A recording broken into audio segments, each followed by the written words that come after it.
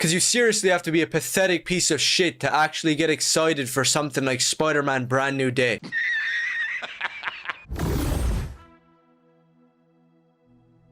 So the Spider-Man Brand New Day trailer came out, and Ranting for Vengeance got just as offended as you'd expect him to be. And to be honest, I'm just here to laugh. It's so funny seeing him seethe in agony and spout random delusions in the process. It is just peak comedy seeing him get this offended. Spider-Man Brand New Day is the most retarded piece of shit I've seen in a very long time. Somehow 4 movies into Tom Holland's run as Spider-Man still has him falling around the place, acting like a complete handicap.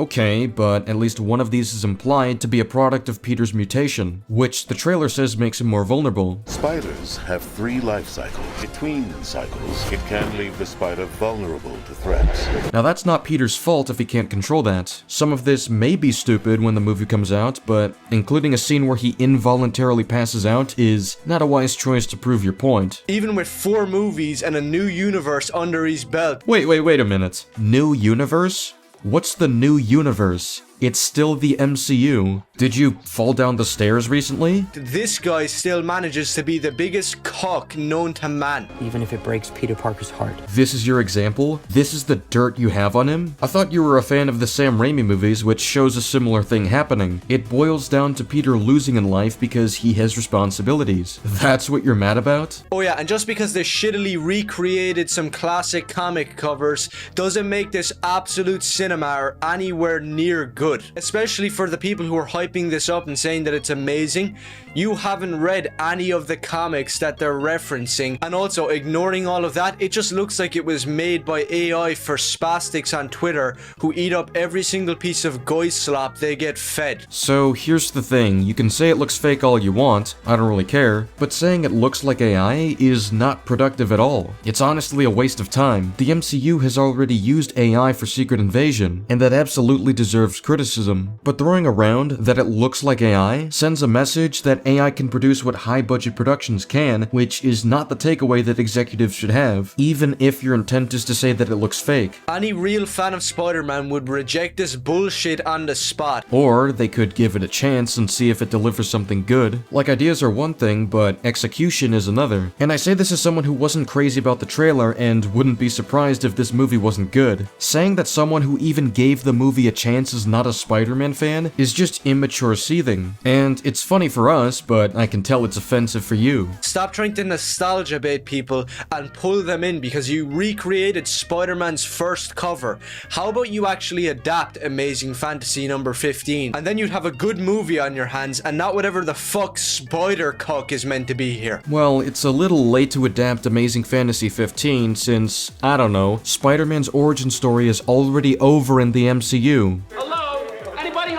So this isn't going to be some 20-minute video because we already know the deal with this movie. It looks like the biggest piece of shit known to man, made by Grok in an afternoon. But as you expect, it has all of the NPCs who don't read comic books and have definitely never read these Spider-Man comic books and are just eating this up because it's a brand new Marvel product that they need to love, and it can't be anything other than a 10 out of 10. Before I continue, that's a little message for the type of people who love this stuff and attack people who have any different opinion. This is ironic considering you spent this video and many of your other videos attacking other people's opinions. I mean, he's about to do it to a friend of mine, as we'll see later in the video. You know, you can just turn around and say, Spider-Man Brand New Day doesn't look nearly as good as any other Spider-Man movie ever made, and it kind of looks mediocre. You don't have to say that you hate it, you don't have to say that it looks garbage or political.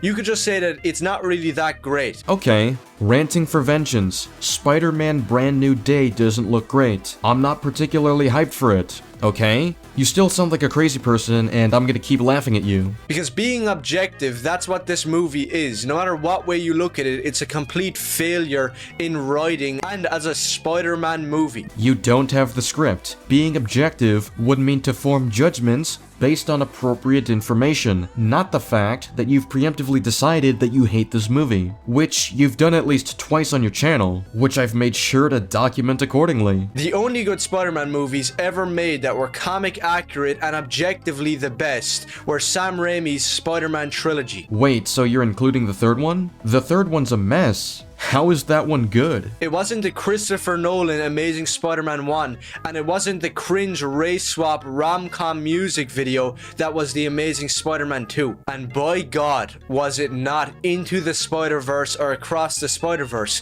because those aren't Spider-Man movies. Well, when we look at each series as a whole, they're the best ones. I understand that may be offensive for you to hear, and I'm very sorry that offends you. Peter Parker is Spider-Man. Miles Morales is a kid from the hood. Well, he's called Spider-Man in the movie, so you're not being very objective right now. It's clear you can't be objective. Which in every iteration never fails to be political, obnoxious, and retarded. But anyways, moving back to Spider-Man Brand New Day, I can't believe it, they recreated the first Spider-Man cover.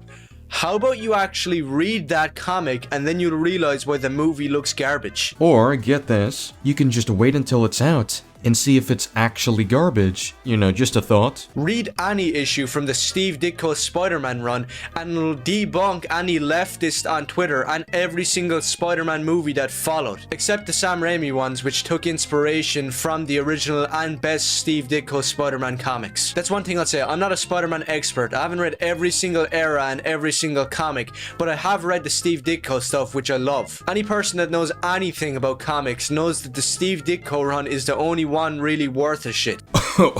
Wow, this is an awful take, because we've had so many Spider-Man stories outside of Lee and Ditko's work that are not just pretty damn good, but they're even better. Read works from Jerry Conway, Kurt Busiek, J.M. DeMatteis, Paul Jenkins, David Michelinie, Peter David. I could go on, but you get the gist. Read a good portion of their stories because many of them outclass the original Lee and Ditko run, which isn't to say it's bad or anything, but there are so many clear improvements in later works. The dialogue is better, the characters are provided with more depth, they provide some of the most compelling additions to Spider-Man's lore. I'm starting to think that you may be the fake fan here if you can't fathom any good storytelling outside of Lee and Ditko's run. But I'll move on from that very quickly. All you need to know is that Spider-Man Peter Parker can't be Jewish, because when he's swinging around saving the day, helping some children out, he actually returns them home. He doesn't bring them to an island and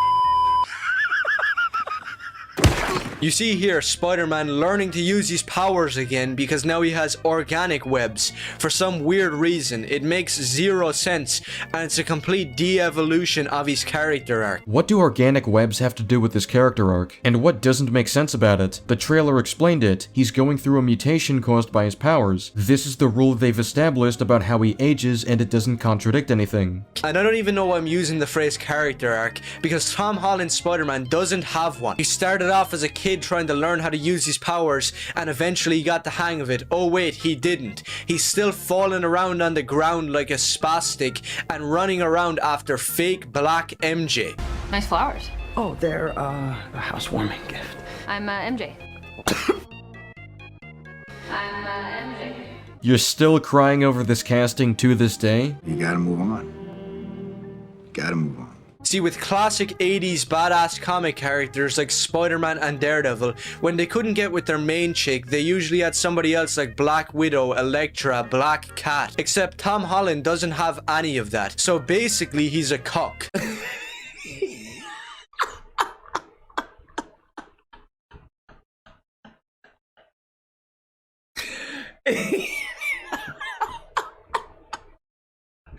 Just like in the modern garbage Spider-Man comics, Peter Parker has to sit there and watch MJ go out with black dudes. I understand that black dudes may be offensive to you, and I'm very sorry you're offended by them. Superhero movies and superheroes in general try to relate to their audience, and now this kind of makes sense. Because back with Tobey Maguire, he might miss a date with MJ and it might mess up his relationship, and the people watching could relate to that because they actually had relationships in real life. Now Spider-Man is a cuck to black MJ and her black boyfriend, and I think everybody in the audience of Spider-Man Brand New Day enjoying it can relate to that. The reason Peter is invested in Brand New Day way is because he was in a relationship with MJ. I mean, I guess you saw the trailer and thought to yourself that he'll stay alone forever just cause? If people assumed the same when they saw the Raimi Spider-Man 2 trailer, they would have been just as wrong as you potentially could be right now. Because you seriously have to be a pathetic piece of shit to actually get excited for something like Spider-Man Brand New Day. Well, geez, it sounds to me like you want to dictate what people like. And I'm not dictating what people can like. But you literally just did 5 seconds ago. I'm just saying, if you're a Spider-Man fan,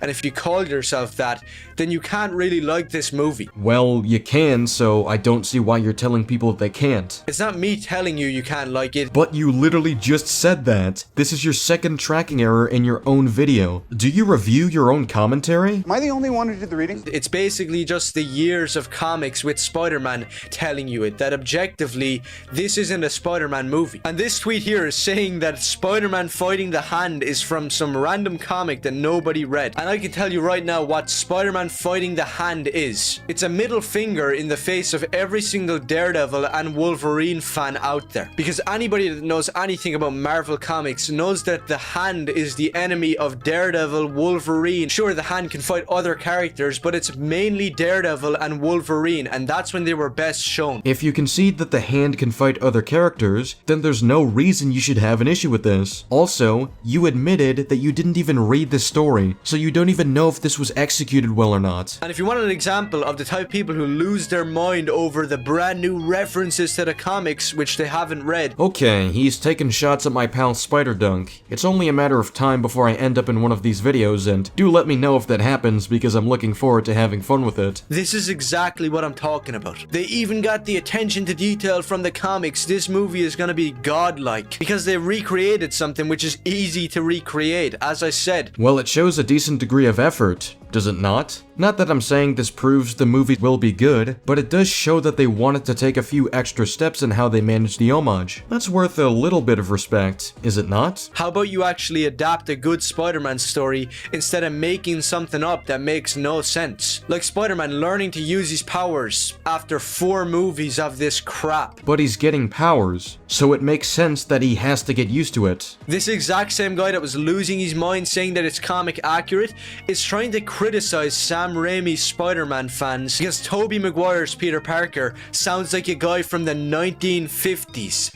Yeah, sorry to break it to you, but that's what Spider-Man and Peter Parker always was. And you're outing yourself as a tourist, a LARPer, and a fake fan. Spider-Man is always meant to sound like he's from the 1950s, and anything else is a subversion and isn't Spider-Man. Wait, what?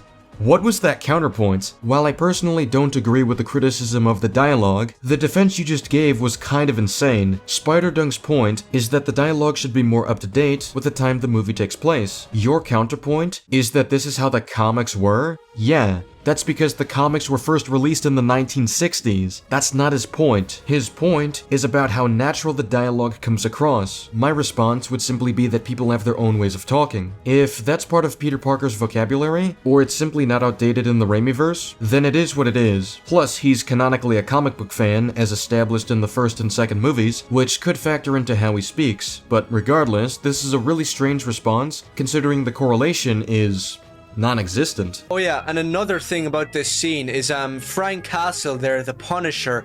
Holy shit, what the fuck is that Jufro up on top of your head? Since when has the Punisher had an afro? Since when is the Punisher some Jewish guy who says, let me tell you something over and over? Can somebody show me the comic page of the Punisher looking like this? So I think about halfway through that rant, my brain just split apart on its own. It just completely gave up on itself and stopped working, and I had to get surgery to have it repaired. I'm better now, thank you for asking. Now thankfully, I'm almost at the end, so we're at the home stretch. If you have any common sense and know that this is pure slop, and you've read the actual comic books of Spider-Man, do let me know and maybe consider subscribing. And if you're one of these woke, brain-dead fucking retards off of Twitter who thinks that Peter Parker and Spider-Man is a gay Jewish communist, then go complain to your boyfriend. Very well then, I will complain to my boyfriend. It's your father. That's all I've got to say for now. It's a pleasure as always to make fun of this screaming potato. It's so funny. I'm not even excited for Brand New Day. I'm excited for Beyond the Spider-Verse and Friendly Neighborhood Season 2 for obvious reasons. But setting that aside, it's fascinating how dedicated he is to making sure he hates a movie on the road to its release. It reminds me of what some people did regarding the Superman movie. But yeah, let me know your thoughts in the comments below, and subscribe if you want more of these videos. I'll see you all later. Goodbye.